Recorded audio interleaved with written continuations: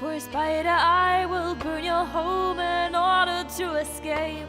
And when the darkness grows into my heavily loaded back, I'll shake it off my shoulders and I'll follow my own track. Hello, everybody. Once again, I'm Jeff. And I'm Nick. And we are the Vagabonds.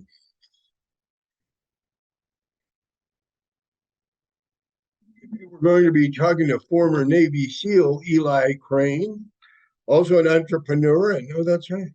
He's running for Congress. Yeah. Poor kid. So do you want to say a little bit here? Toxic Masculinity Whiskey. Fine rye. The best rye in America and the perfect Christmas gift.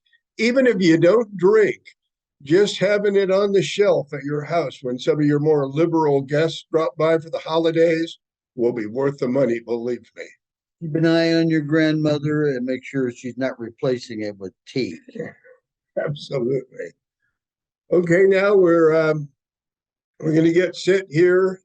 Eli will be linking up with us soon, and we've got a lot to talk with him about. This podcast will be a little different from the last one. For those of you that watched the last one, we're not going to be as political every time. The last podcast was 100% political. This one will be maybe half. And then from now on, we're going to go more after people who have lived adventurous lives and have interesting stories to tell and keep the politics down a bit. So, like that fellow in California with a hammer. Oh, yeah. We're not sure we can get him on. Adventurous life. We don't know if they actually have Zoom call hookups in the San Francisco County Jail, but it would be kind of cool. It's possible. But the real story, nobody else seems to have it yet. All right, well, that's going to be, we're just going to sit here and wait now for Eli to come on, and he should be hooking up with us shortly. First things first, before we get into, the state of the country today, give us a little bit about your background. I'd like to know why and how you became a Navy SEAL and where you were while you were. Well, I love this country just like you fellas. And my parents, raised me to understand that freedom wasn't free. And I was actually wanting to join the military. I was going to school, trying to get my degree. And then I was at the University of Arizona when 9/11 occurred. And so I decided to drop out the next week as a senior and join the Navy. And because as you guys know, it's the biggest, baddest training in the world, creates the best special operators in the world. So I was like, yeah, that's what I want. I want the best. Yeah. We know exactly about how. Yeah, like the old sergeant major used to say, how's the SEALs doing? Sure can swim. He sure can swim. Trying to poke these bears here.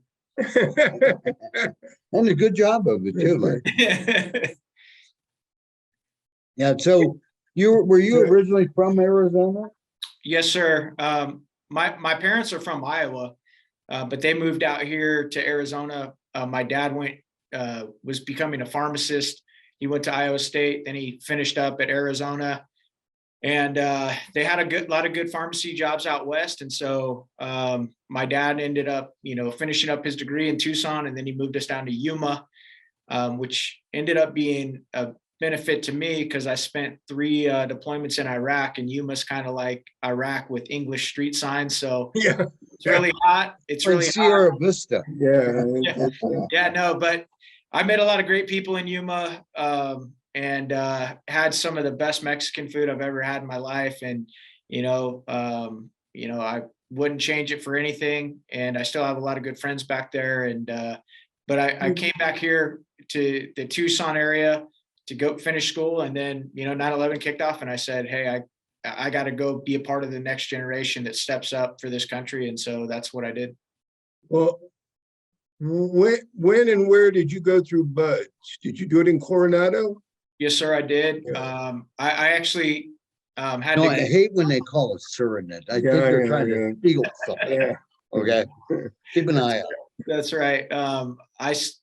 immediately went to, right after 9/11, I immediately joined the Navy, went through boot camp, went to Gunner's Mate A school. Just the guys that learn, work on, the gun systems on ships and whatnot. And then we also maintain the armory as well. And so went through that A school, then went to SEAL training, classed up with Bud's Class 242.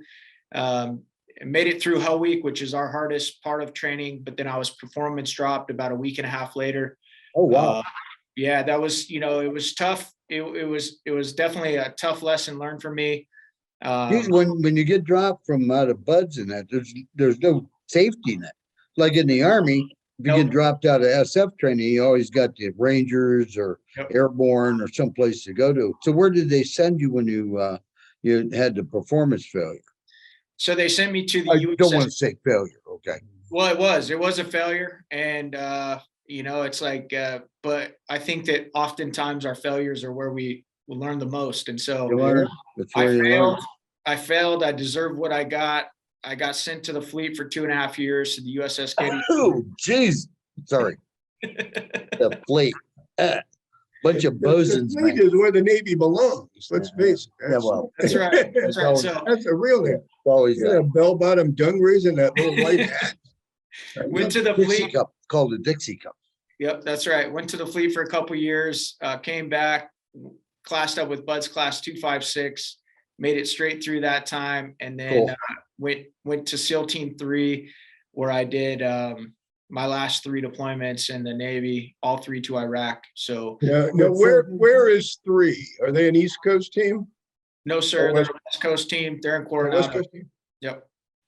Is that certain thing again? Yeah. Keep an eye on it. Check the silverware when you leave. We got friends. We have a few friends, down in Coronado. Yep. Way back, we used to know a lot of people from the East Coast. Okay. Because they used to. I used to be a jump master instructor at Fort Devens, Massachusetts. They used to send SEALs up to go to jump master school. Yeah, well, he's really old. Governor of Minnesota. Oh my God. North. I mean, that crowd there. I knew some of them too. I knew Humphreys, You're too young to read. Harry Humphreys. Oh, well, maybe you're not. I'm not too young. I'm older than you. I just look young. See, this is what happens when you share a campaign cup. Yeah. Everything turns Well, bad. as a SEAL veteran, Yep.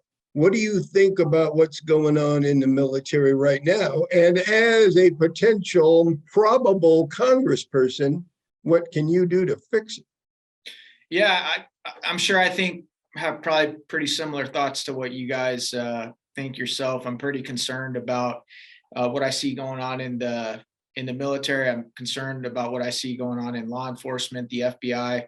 And one of the things that you can do about it as a congressman or congresswoman is you have the ability to conduct oversight, investigate, and just shine a light on some of the stuff that's going on.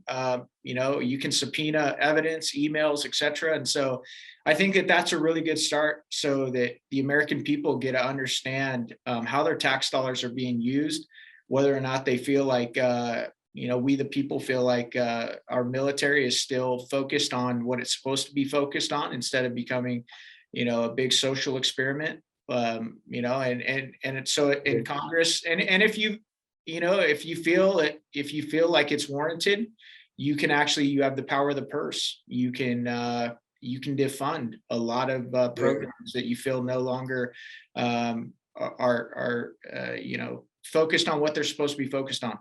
The military wants to be the military. Vast majority want to serve this country and serve it well in that. And they're fed up with the wokeism that seems to be seeping in.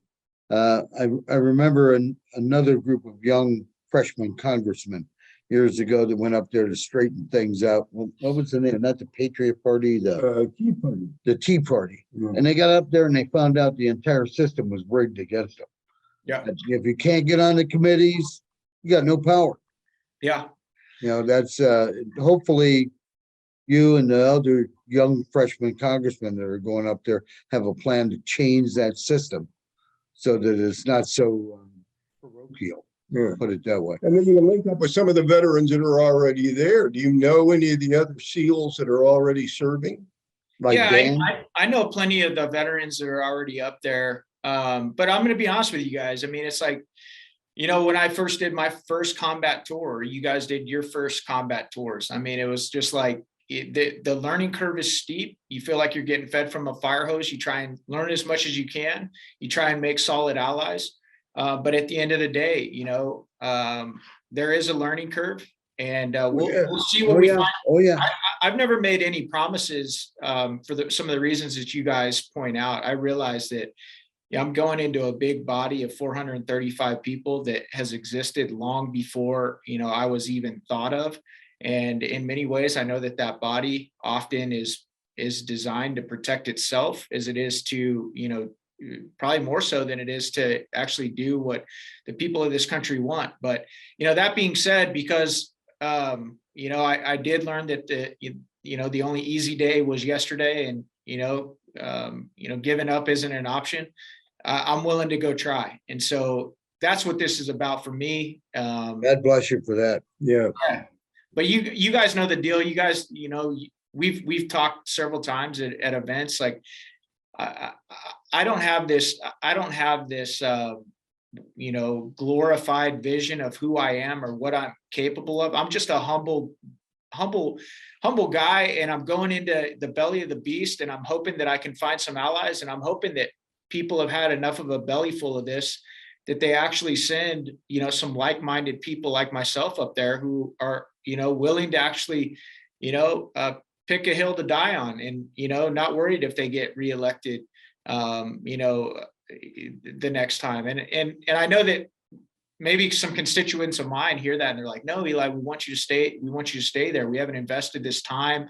We haven't invested this, these resources in you to stay up there for 2 years. And just like in regular combat, guys, I think that I'm going to assess the situation as quickly as I can, learn as fast as I can, try and build a team, and just try and get stuff done. Even if that means I don't get credit for it, who cares? At the end of the day, I'm a father. I've got a 16-year-old and an 11-year-old daughter, and I want them to be able to grow up with some of the freedoms and opportunity that we did. And, that's what it's about for me. You got an 11-year-old and a 16-year-old. Yes, sir. You need to put in barbed wire cameras and lights that go on after dark. Well, I got an 11-year-old grandson. Okay. Got his own parole officer. Yeah, he's already been assigned to parole.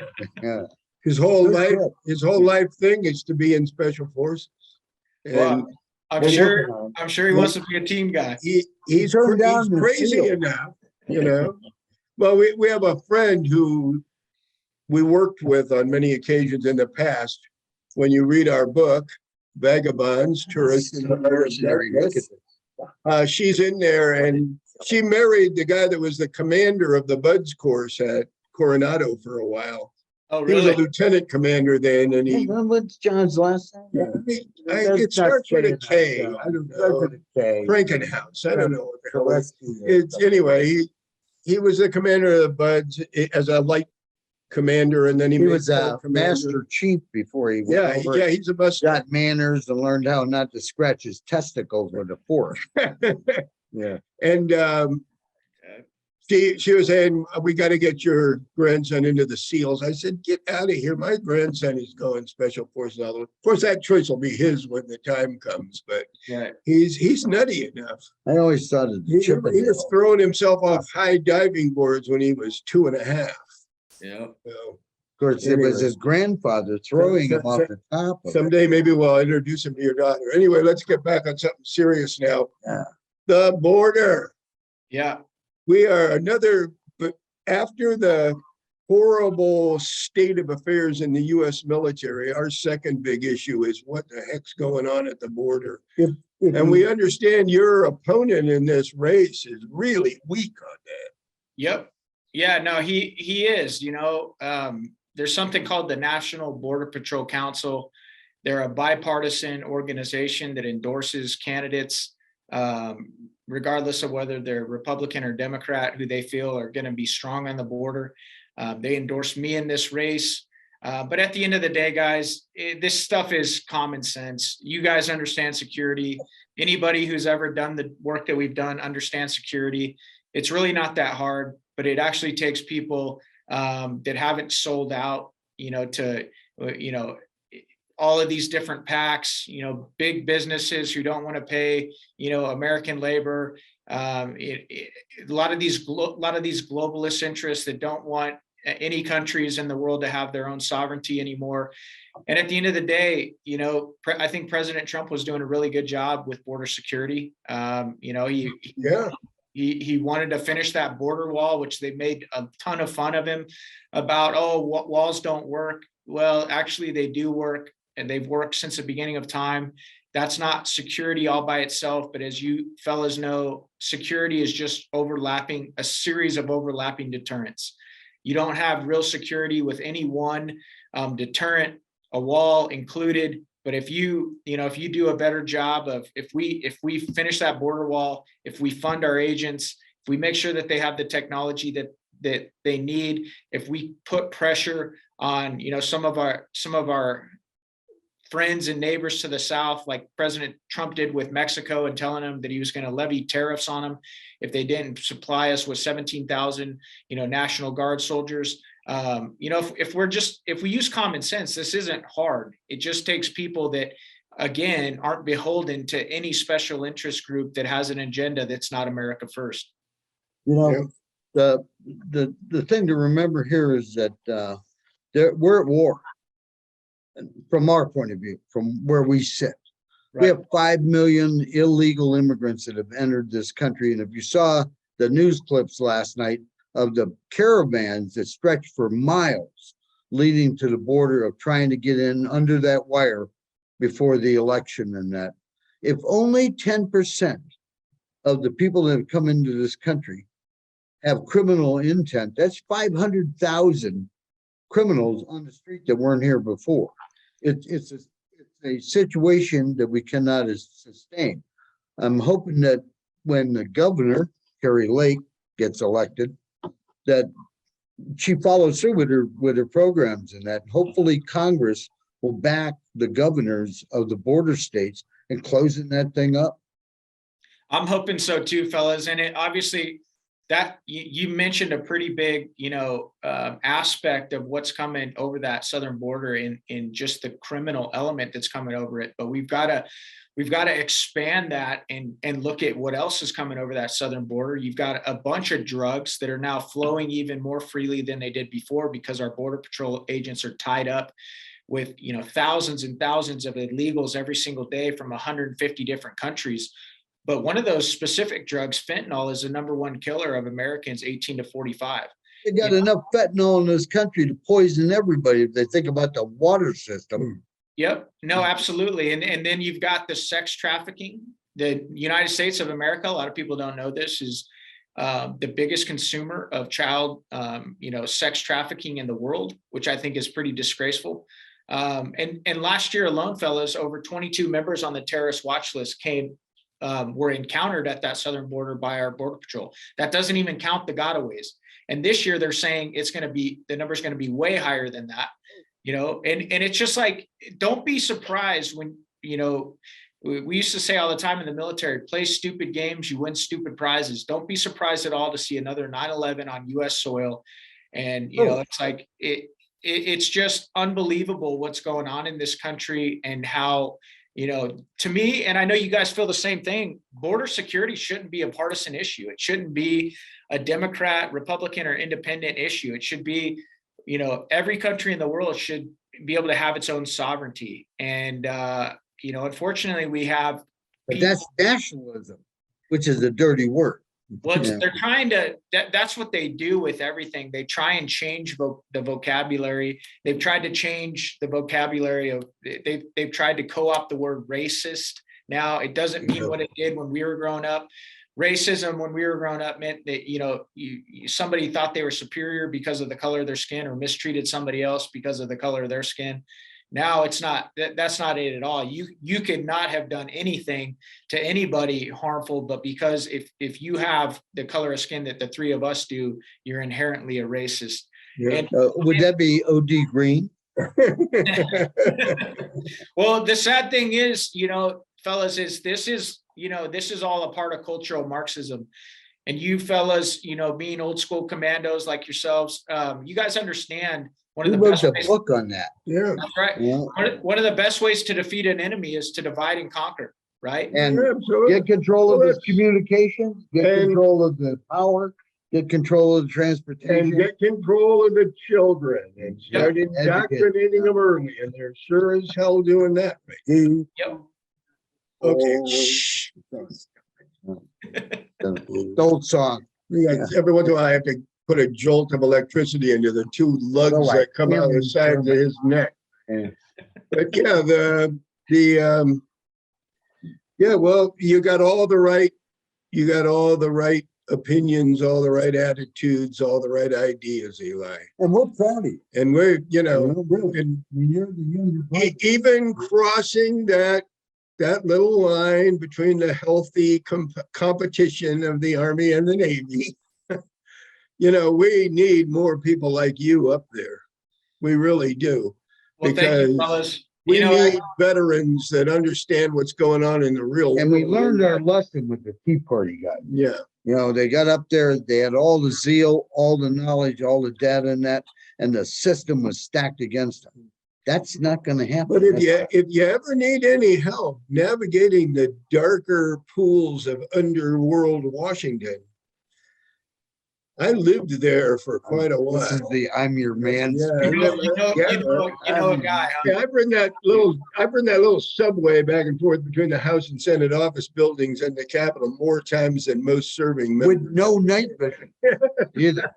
I can tell you that. Well, I appreciate you guys. I know that, I love talking to, vets from every generation. I mean, it just, when I talk to guys like you and, hear about the sacrifices that you've made, the brothers that you guys have lost, I know that we can't just give up on this country. I know how important it is. That's not gonna happen ever. Yeah. Right. And then when I think to the future, when I start being forward looking and realizing that my daughters are going to have to grow up here, hopefully I'll have grandkids one day. I want them to be judged on the content of their character, not the color of their skin. I want them to be able to buy a And house. there's a thing, I want them to be able to live the American dream like we were able to do. And I'm afraid that if we don't throw some fighters into the mix, that might not be a possibility. And so thank you, gentlemen, for letting me come on your show. I know that that's Thank you. Yeah. Thank you. for coming on, and we Wonderful. really appreciate it. And like I said, you're just the type of person that we need in Washington. We've got to get Rid of the culture and cabal of lawyers. yeah. And we need to start getting real people up there that have worked in the real world. I mean, look at Joe Biden. He apparently at one time back in the 1800s, he was a lifeguard for a second. But that's the only Very real job Very he's ever had. Right. He never had a real job.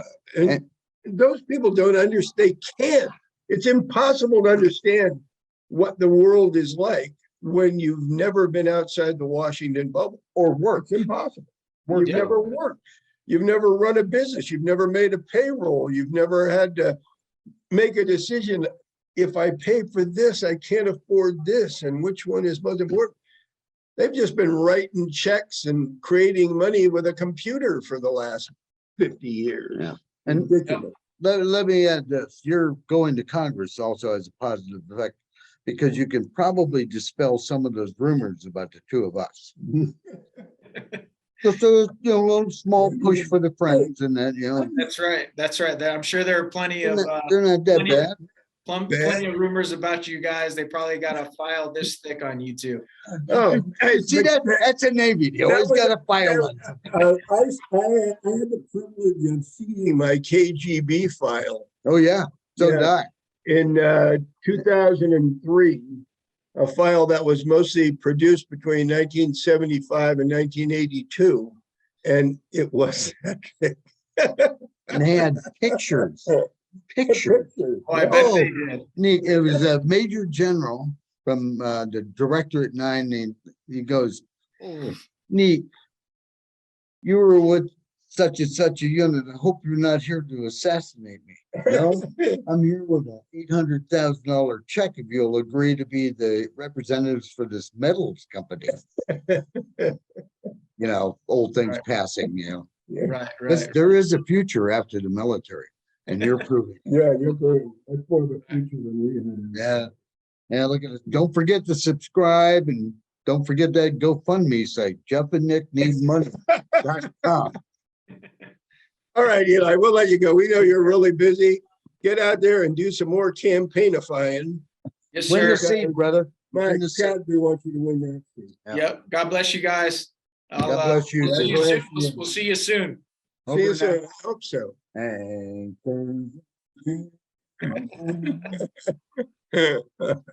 Bye. and good night, America. Later, fellas. Ciao, brother. Run, run, run for the dragon from the treason. Far enough till I reach your warm season. Oh my God. Well, now, it is possible to bribe us to not release this till after the election. Oh, It's there's a slim. Otherwise, it'll be up on possibility. the air in a day or Slim possibility. Run, run, run